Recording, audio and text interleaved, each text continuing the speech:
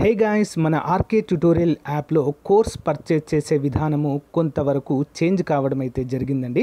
So దాన్ని దృష్టిలో ఉంచుకొని చాలామంది అభ్యర్థులు అడుగుతున్నారు. మీ డౌట్స్కి క్లారిఫికేషన్ అయితే వస్తుందండి. సో మన యాప్లో తెలంగాణ, ఆంధ్రప్రదేశ్, సెంట్రల్ ఉద్యోగాలకు సంబంధించి అన్ని కోర్సెస్ అందుబాటులో ఉన్నాయండి. సో చాలా తక్కువ కాస్ట్లో అందుబాటులో ఉన్నాయి.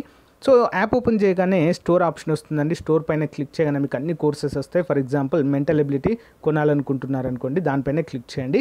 క్లిక్ చేయగానే మీకు ఇక్కడ ఐ యామ్ ఇంట్రెస్టెడ్ అని కనిపిస్తుందండి. దీనిపైన క్లిక్ చేయండి. క్లిక్ చేయగానే మీకు వెంటనే ఒక మెసేజ్ అనేది మీ వాట్సాప్కి ప్లస్ మీరు వాట్సాప్ నెంబర్తో లాగిన్ అయితే వాట్సాప్కి వస్తుంది. నార్మల్ నెంబర్తో అయితే మొబైల్ నెంబర్కి మెసేజ్ అయితే వస్తుంది. ఓకేనా?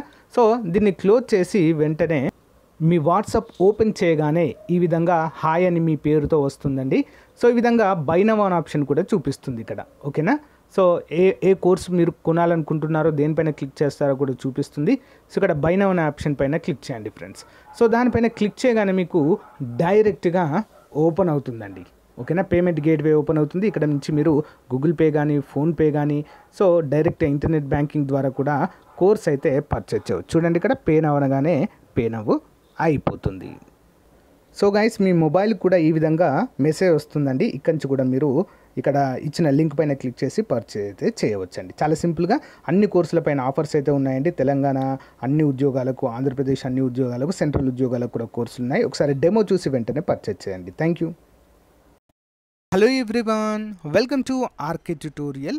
సో గాయస్, ఈరోజు మనం ఏపీపీఎస్సీ గ్రూప్ 2కి సంబంధించినటువంటి సైన్స్ అండ్ టెక్నాలజీ క్లాస్ అయితే చూడబోతున్నామండి.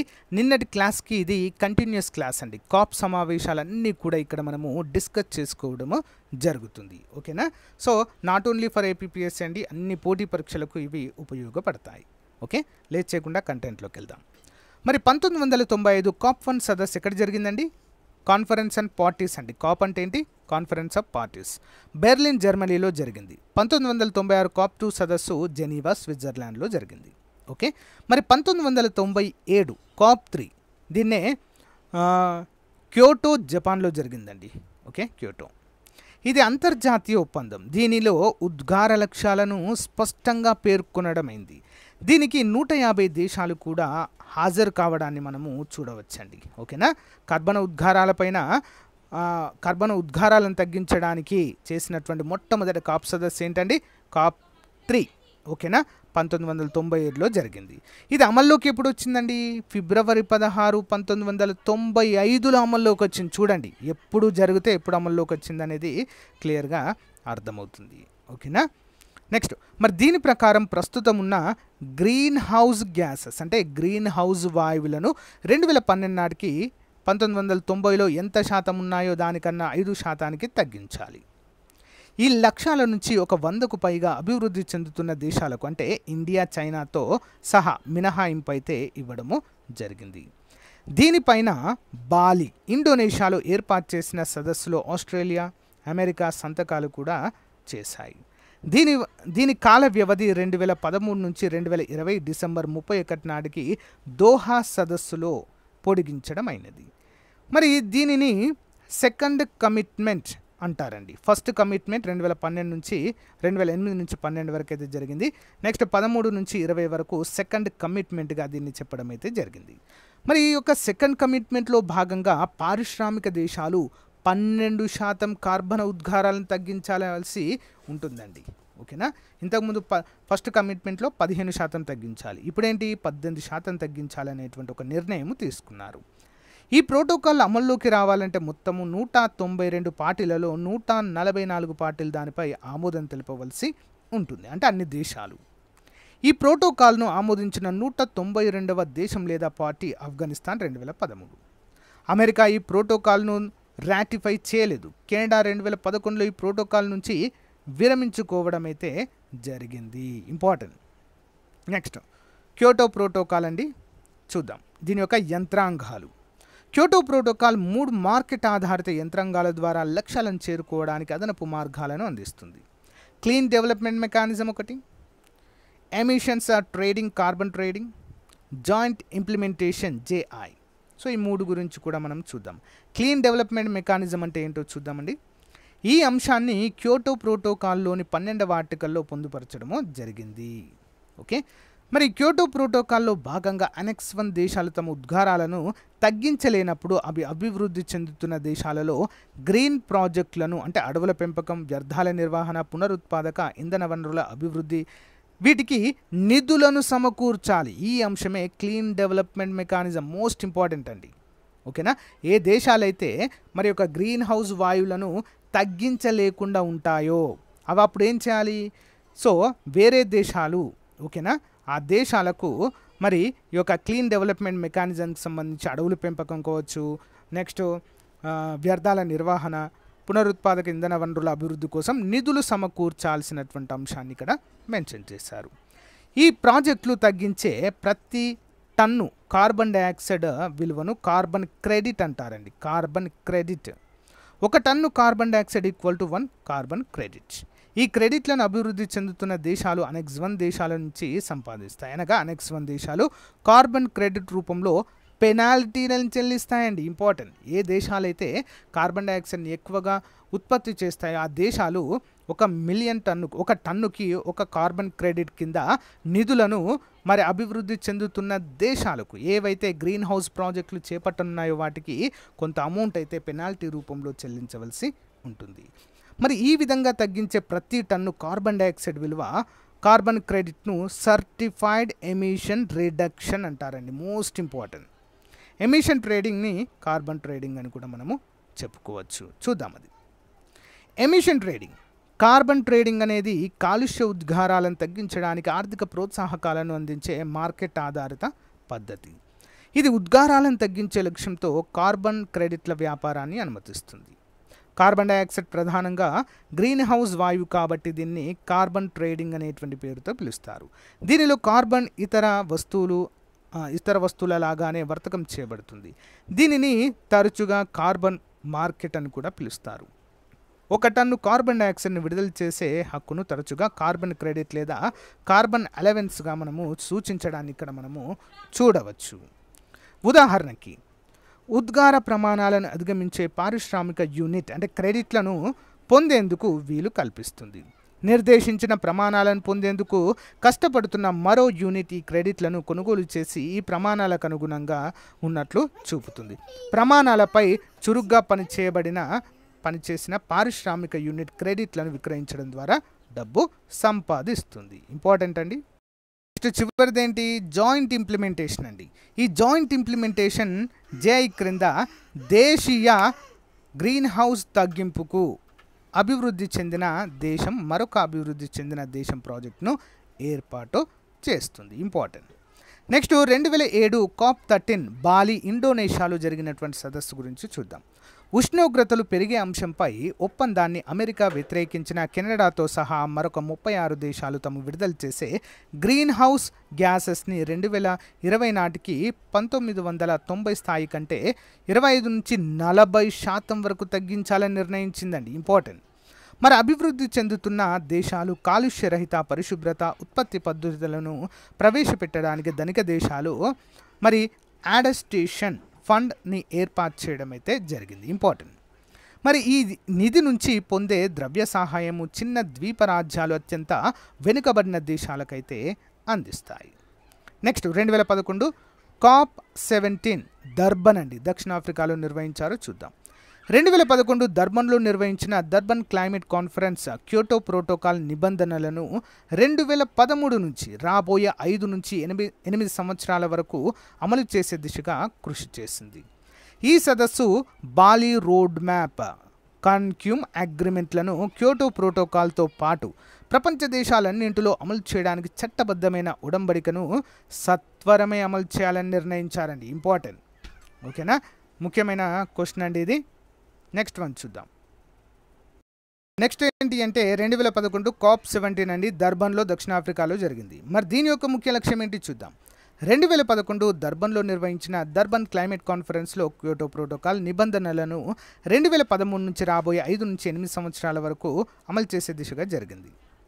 సో ఇది అయిపోయింది కదా. నెక్స్ట్ 2012 COP18 దోహా ఖతర్లో జరిగిందండి. ఇది నవంబర్ 2012లో దోహాలో జరిగిన 12 రోజుల పర్యావరణ చర్చలు క్యోటో ప్రోటోకాల్ను మరొక 8 సంవత్సరాల అదనంగా 2020 వరకు పొడిగించాలని కూడా నిర్ణయించడం జరిగింది. ఈ పొడిగింపును యూరోపియన్ దేశాలు, ఆస్ట్రేలియా, స్విట్జర్లాండ్ 8 పారిశ్రామిక దేశాలైతే ఆమోదించాయి.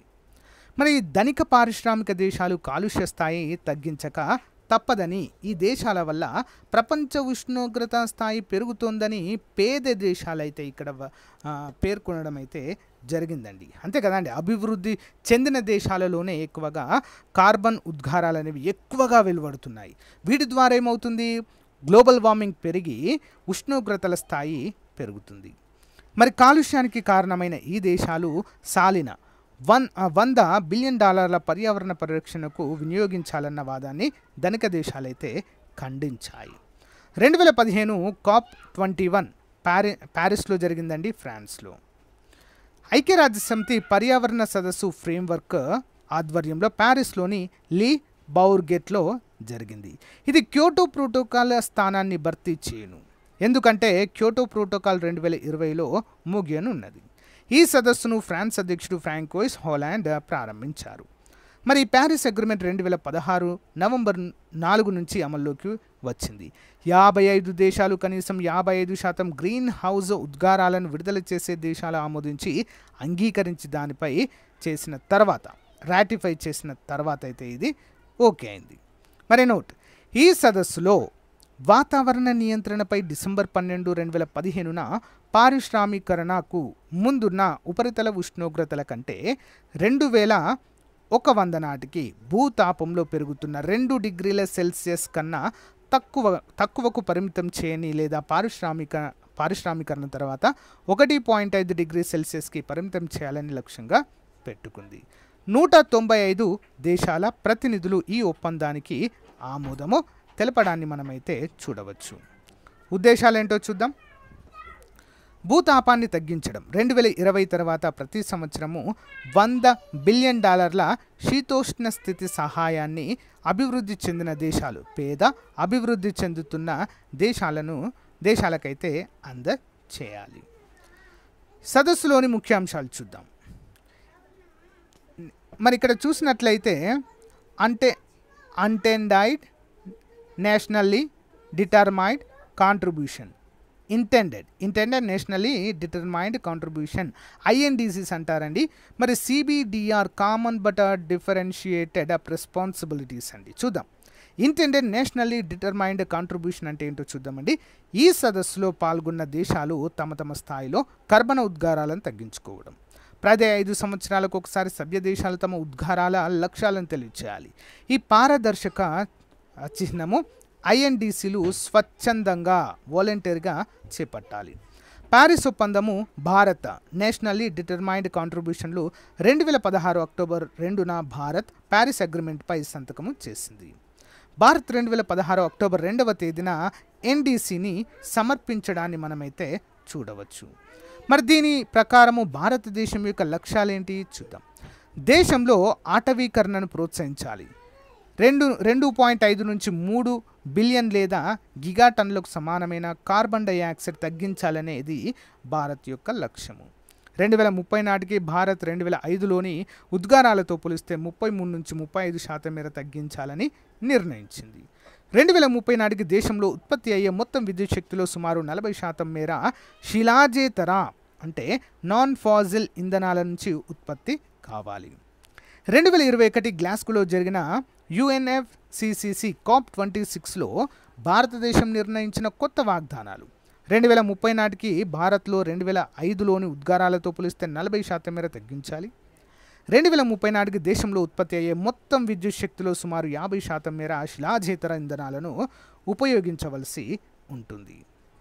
ఓకేనా. Next common but differentiated responsibilities అండి, CBDR అంటారు దీన్ని. అంటే ఏంటండి ఇది? CBDR అనగా అన్ని దేశాలకు శీతోష్ణ స్థితి మార్పు, అసాధారణమైన అభివృద్ధి చెందిన దేశాల పాత్ర శీతోష్ణ స్థితి మార్పులో ఎక్కువ కావున ఆ దేశాలు శీతోష్ణ స్థితి నియంత్రణలో ఎక్కువ బాధ్యత వహించాలంటూ తెలియజేశారు. నోట్, చైనా గ్రీన్ హౌస్ వాయు ఉద్గారాలను 60 నుంచి 65% తగ్గించాలని చైనా లక్ష్యంగా పెట్టుకుంది. యునైటెడ్ స్టేట్స్ గ్రీన్ హౌస్ వాయు ఉద్గారాలను 26 నుంచి 28 వరకు తగ్గించాలని లక్ష్యంగా పెట్టుకుంది. యూరోపియన్ యూనియన్ గ్రీన్ హౌస్ వాయు ఉద్గారాలను 40% తగ్గించాలని లక్ష్యంగా పెట్టుకోవడాన్ని చూడవచ్చు. మరి ఇటీవల జరిగినటువంటి కాప్ ఒప్పందాలు చూద్దాం. 2016 COP22 మరాకేష్ ఒప్పందం అంటారండి, మొరాకోలో జరిగింది. దీని ముఖ్య అంశము ప్యారిస్ ఒప్పందంలోని అంశాల అమలును చర్చించడం. 2018 నాటికి ఒక రూల్ బుక్ను తయారు చేయాలని నిర్ణయించింది. నెక్స్ట్ 2018 COP24 అండి. ఇది ఎక్కడ జరిగింది? కాటోవిస్, పోలాండ్లో జరిగింది. ఈ రూల్ బుక్ని ఫైనలైజ్ చేసింది ఇక్కడ. 2019 COP25 సదస్సు అండి, మాడ్రిడ్, స్పెయిన్లో జరిగింది. ఈ సదస్సులో గ్రేటా థాన్బర్గ్ అంటే స్వీడన్ బాలిక ఇండియాలోని మణిపూర్కు చెందిన లిసి ప్రియా కంగుజాం ప్రసంగించడం జరిగిందండి ఇక్కడ. 2021 COP26 గ్లాస్గో, యూకేలో జరిగిందండి. COP26 వాస్తవానికి యునైటెడ్ కింగ్డమ్లోని గ్లాస్గోలో నవంబర్ 2020లో జరగాల్సి ఉంది. అయితే కోవిడ్-19 మహమ్మారి కారణంగా వాయిదా పడింది. COP26 యునైటెడ్ కింగ్డమ్లోని గ్లాస్గోలో 2021లో 31 అక్టోబర్ నుండి 13 నవంబర్ వరకు జరిగింది. ఇంపార్టెంట్. మరి శిలాజ ఇంధనాల వాహనాలను దశల వారీగా తొలగించడానికి మరియు బొగ్గు ఆధారిత విద్యుత్ కేంద్రాల వినియోగాన్ని దశల వారీగా తగ్గించడానికి గ్లాస్గో క్లైమేట్ పార్ట్ ఒప్పందం అయితే కుదుర్చుకోవడాన్ని చూడవచ్చు. నెక్స్ట్ 2022 COP27 అండి, షార్మ్ ఎల్ షేక్ ఎక్కడ జరిగింది? ఈజిప్టులో జరిగింది. COP27 ఐక్యరాజ్య సమితి వాతావరణ మార్పుల సమావేశం. షార్మ్ ఎల్ షేక్ ఈజిప్టులో 2022 నవంబర్ 6 నుంచి 2022 నవంబర్ 18 వరకు జరిగింది. ఈజిప్టు విదేశాంగ మంత్రి సహేహ్ షాక్రీ ఏంటండి సబేష్ షాక్రీ అధ్యక్షతన ఇది జరగడాన్ని. నెక్స్ట్ చూసినట్లయితే COP27లో దుర్భర దేశాలండి లాస్ అండ్ డ్యామేజ్ నిధులను అందించడానికి ఒక ఒప్పందంపై సంతకం చేయడాన్ని చూడవచ్చు. COP27లో అభివృద్ధి చెందుతున్న దేశాలలో వాతావరణ సాంకేతిక పరిష్కారాలను ప్రోత్సహించడానికి కొత్తగా 5 సంవత్సరాల ప్రణాళికా కార్యక్రమం ప్రారంభించడం జరిగింది. 2023 చివరి నాటికి తమ జాతీయ వాతావరణ ప్రణాళికలో 2030 లక్ష్యాలను పునఃసమీక్షించి బలోపేతం చేయాలని ప్రభుత్వాలను అభ్యర్థించారు. బొగ్గు ఆధారిత విద్యుత్ తగ్గించమని మరియు శిలాజ ఇంధన సబ్సిడీలను దశల వారీగా తగ్గించే ప్రయత్నాలను వేగవంతం చేయాలని ప్రభుత్వాలను అభ్యర్థించడాన్ని చూడవచ్చు. Action on water adaptation and resilience initiative, aware అంటారు దీన్ని. మరి కీలకమైన వాతావరణ మార్పు సమస్య పరిష్కారంలో నీటి ప్రాప్యతను గుర్తించడానికి COP27లో ప్రారంభించడాన్ని చూడవచ్చు. Next African carbon market initiative, carbon credit ఉత్పత్తి వృద్ధికి మద్దతు ఇవ్వడానికి మరియు ఆఫ్రికాలో ఉద్యోగాలను సృష్టించడానికి COP27లో ప్రారంభించడం జరిగింది. నెక్స్ట్ COP27 ఇండియా చర్చలు. దీర్ఘకాలిక తక్కువ ఉద్గారాలను అభివృద్ధి వ్యూహం అండి, ఓకేనా, లాంగ్ టర్మ్ లో ఎమిషన్ డెవలప్మెంట్ స్ట్రాటజీ. 2015 ప్యారిస్ ఒప్పందం ప్రకారం అన్ని పార్టీలు జాతీయ స్థాయి పరిస్థితులకు అనుగుణంగా దీర్ఘకాలిక తక్కువ గ్రీన్ హౌస్ వాయు ఉద్గారాలను అభివృద్ధి వ్యూహాలను రూపొందించాలి. భారతదేశం యొక్క LEDS వివిధ ప్రభుత్వ సంస్థలు, రాష్ట్ర ప్రభుత్వాలు, పరిశోధన సంస్థలు మరియు పౌర సమాజ సంస్థలలో విస్తృతమైన సంప్రదింపుల ద్వారా తయారు చేయబడింది. 27వ కాన్ఫరెన్స్ ఆఫ్ పార్టీస్ COP27 సందర్భంగా భారతదేశం తన దీర్ఘకాలిక తక్కువ ఉద్గార అభివృద్ధి వ్యూహాన్ని వాతావరణ మార్పుపై ఐక్యరాజ్యసమితి ఫ్రేమ్వర్క్ కన్వెన్షన్కి సమర్పించింది. Leadership for industry transition summit, దీనిని 2019లో జరిగిన UN క్లైమేట్ యాక్షన్ సమ్మిట్లో స్వీడన్ మరియు భారతదేశం అయితే సంయుక్తంగా ప్రారంభించాయి మరియు ప్రపంచ ఆర్థిక ఫోరం అయితే దీనికి మద్దతిస్తుంది. COP27 వద్ద భారతదేశం మరియు స్వీడన్ లీడ్ IT సమ్మిట్ 2022కి ఆతిథ్యం ఇచ్చాయి. ప్రపంచ వాతావరణ లేదా పర్యావరణ లక్ష్యాలకు అనుగుణంగా తక్కువ కార్బన్ టెక్నాలజీ స్వీకరణను వేగవంతం చేయడం లీడిట్ యొక్క కీలక పాత్రను పోషించింది. ఇది ప్యారిస్ ఒప్పందాన్ని సాధించడానికి చర్యకు కట్టుబడి ఉన్న దేశాలు మరియు కంపెనీలకు సహకరిస్తుంది. లీడిట్ సభ్యులు 2050 నాటికి నికార 0 కార్బన్ ఉద్గారాలను సాధించాలనే లక్ష్యంతో పనిచేస్తాయి. లీడిట్లోని మొత్తం సభ్య దేశాలు మరియు కంపెనీల సంఖ్య 37. వాతావరణం కోసం mangrove alliance, mangrove alliance for climate అనేది మడా అడవులను నాటడం, సంరక్షించడం మరియు పునరుద్ధరించడం కోసం స్వచ్ఛంద ప్రాతిపాదికన పనిచేసే ఒక అంతర ప్రభుత్వ కూటమి. సభ్యులు ఎంఎస్సికు యునైటెడ్ అరబ్ ఎమిరేట్స్ మరియు ఇండోనేషియా నాయకత్వం వహిస్తుంది మరియు భారతదేశం, శ్రీలంక, ఆస్ట్రేలియా, జపాన్ మరియు స్పెయిన్ దేశాలు ఇందులో భాగాలు. లక్ష్యం గ్లోబల్ వార్మింగ్ అరికట్టడంలో మడా అడవుల పాత్ర మీద అవగాహన కల్పించడం. Next MOEFCC UNDP క్యాంపేడియం. COP27లో భాగంగా భారతదేశం MOEFCC UNDP క్యాంపేడియం ప్రయాసే ప్రభాతక బుద్ధిహీన వినియోగము నుండి బుద్ధిపూర్వక వినియోగం వరకు ప్రారంభించింది. బేసిక్ మంత్రివర్గ సమావేశం గురించి కూడా చూద్దాం. బ్రెజిల్, దక్షిణాఫ్రికా, భారతదేశం మరియు చైనా మంత్రులు లాస్ మరియు డ్యామేజ్ నిధి కోసము ఆర్థిక యంత్రాంగాన్ని ఏర్పాటు చేయడంలో గణనీయమైన పురోగతిని తమ పూర్తి మద్దతుకు ప్రతిజ్ఞ చేయడాన్ని మనము చూడవచ్చు. అండ్ COP28 అండి యునైటెడ్ అరబ్ ఎమిరేట్స్లో 2023లో జరిగింది. మోస్ట్ ఇంపార్టెంట్ ఇది, ఓకేనా. United nations climate change conference COP28 November 30 నుంచి డిసెంబర్ 13, 2023 వరకు యునైటెడ్ అరబ్ ఎమిరేట్స్లోని దుబాయ్లో జరిగింది. మరి దీని యొక్క ముఖ్య లక్ష్యాలు ఏంటండి చూద్దాం. గ్లోబల్ స్టాక్ టెక్స్ట్ చూద్దాం. గ్లోబల్ స్టార్ టెక్ అనేది 2015లో ప్యారిస్ ఒప్పందం ప్రకారము ఏర్పాటు చేయబడిన ఒక క్రమానుగత సమీక్షా విధానము. అంటే స్టెప్ బై స్టెప్ దీన్ని సమీక్షించడం అండి, ఓకేనా. ప్రపంచ ఉష్ణోగ్రత పెరుగుదలను 1.5 డిగ్రీల సెల్సియస్లో ఉంచడానికి 8 దశలను ఈ టెక్స్ట్ ప్రతిపాదించింది. ఎంతండి? ప్రపంచ ఉష్ణోగ్రతను 1.5 డిగ్రీల సెల్సియస్. రీసెంట్గా TSPSC ఎగ్జామ్లో అడిగారండి ఇది, గ్రూప్ 2లో, ఓకేనా. చాలా ఇంపార్టెంట్. మరి ఇంతకు ఉంచాలనేది ముఖ్యమైన అంశం అండి. ఇది ప్రపంచవ్యాప్తంగా పునరుత్పాదక ఇంధన సామర్థ్యాన్ని 3 రెట్లు పెంచాలి పెంచమని మరియు 2030 నాటికి ప్రపంచ సగటు వార్షిక ఇంధన సామర్థ్యము మెరుగుదల రేటును రెట్టింపు చేయమని పిలుపునిచ్చింది. ఇది 2030 నాటికి ప్రపంచవ్యాప్తంగా మీథేన్ ఉద్గారాలతో సహా నాన్ కార్బన్ డైఆక్సైడ్ ఉద్గారాలను గణనీయంగా తగ్గించాలని పిలుపునిచ్చింది. Global goal on adaptation GGA అండి. గ్లోబల్ అడాప్టేషన్ లక్ష్యం ఏంటో చూద్దాం. అనుకూల సామర్థ్యాలను పెంపొందించడం మరియు స్థిరమైన అభివృద్ధి కోసం దుర్బలత్వాన్ని తగ్గించడము. COP28 అడాప్టేషన్ ఫైనాన్స్ రెట్టింపు చేయాలని పిలుపునిచ్చింది. రాబోయే సంవత్సరాల్లో అసెస్మెంట్లు మరియు అడాప్టేషన్ అవసరాలను పర్యవేక్షించేందుకు కృషి చేయడం జరుగుతుంది.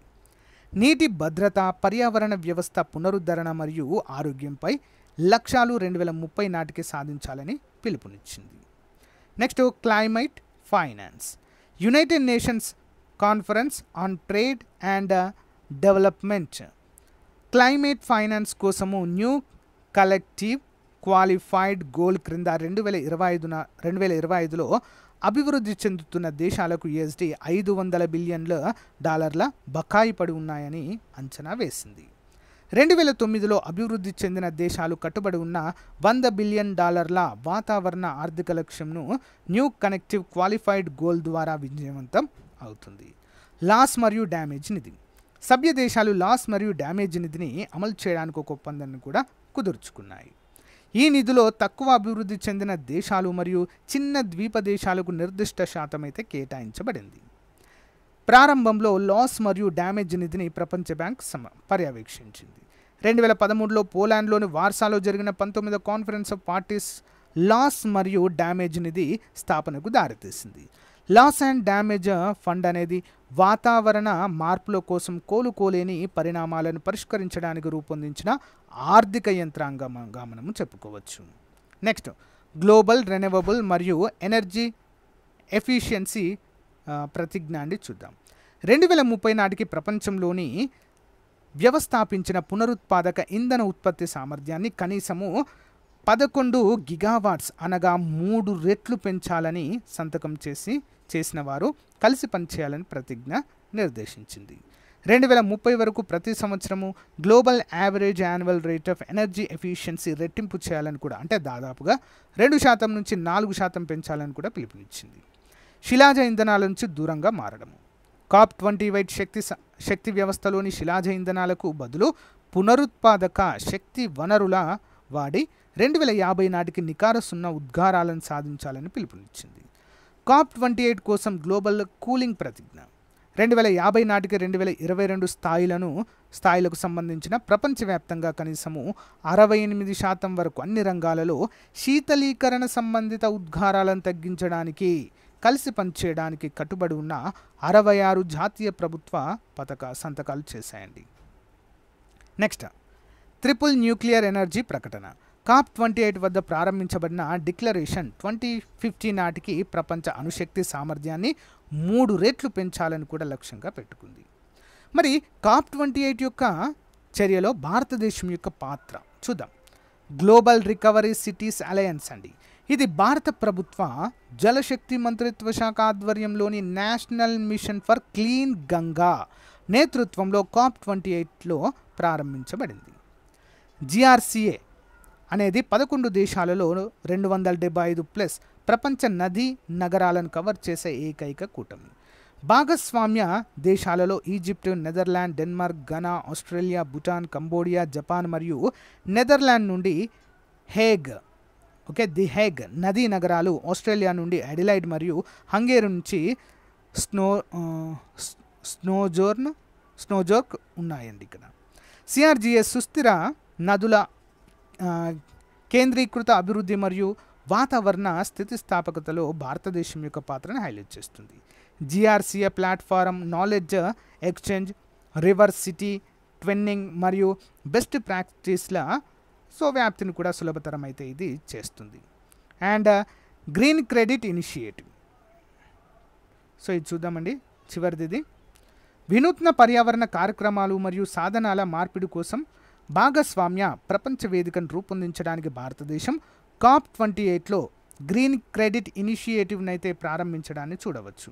మరి చొరవలో నీటి సంరక్షణ మరియు అటవీ పెంపకం అనేటువంటి 2 ప్రధానాంశాలు అయితే ఉన్నాయి. ఈ చొరవ యొక్క ముఖ్య ఉద్దేశం చెట్ల పెంపకం, నీటి సంరక్షణ, సుస్థిర వ్యవసాయం మరియు వ్యర్థాల నిర్వహణ వంటి స్వచ్ఛంద పర్యావరణ కార్యక్రమాలు అమలు చేయడం కోసము పెద్ద సంస్థలు మరియు ప్రైవేట్ కంపెనీలను ప్రోత్సహించడం ప్రధాన లక్ష్యము. లిసిప్రియా కంగుజం. మణిపూర్కు చెందిన లిసిప్రియా కంగుజం భారతదేశానికి చెందిన చైల్డ్ క్లైమేట్ జస్టిస్ యాక్టివిస్ట్ అండి. 11 December 2023 United nations climate change conference మరి ఇందులో లిసిప్రియా గారు మరి ప్రసంగించడం కూడా మనమైతే చూడవచ్చు. మన గ్రహాన్ని మరియు మన భవిష్యత్తును రక్షించండి అనే సంకేతాన్ని పట్టుకుని కాన్ఫరెన్స్ యొక్క ప్రధాన వేదికపైకి వెళ్ళింది. 2024 United nations climate change conference లేదా COP29 తూర్పు ఐరోపా మరియు పశ్చిమ ఆసియా సరిహద్దులో ఉన్న అజర్బైజాన్లోని బాకులో నవంబర్ 11 నుంచి 24 తేదీల వరకైతే జరగనుంది. 2024 వరకు అండి ఇప్పటి వరకు మనం చూసినవి. సో గైస్, ఇది రోజుకి సంబంధించిన మోస్ట్ ఇంపార్టెంట్ క్లాస్ అండి. మీకు నచ్చితే లైక్ చేయండి. ఏదైనా టాపిక్ పైన మీకు క్లాస్ కావాలనుకుంటే కామెంట్ చేయండి. Thank you guys, thank you for support. Have a nice day. Bye.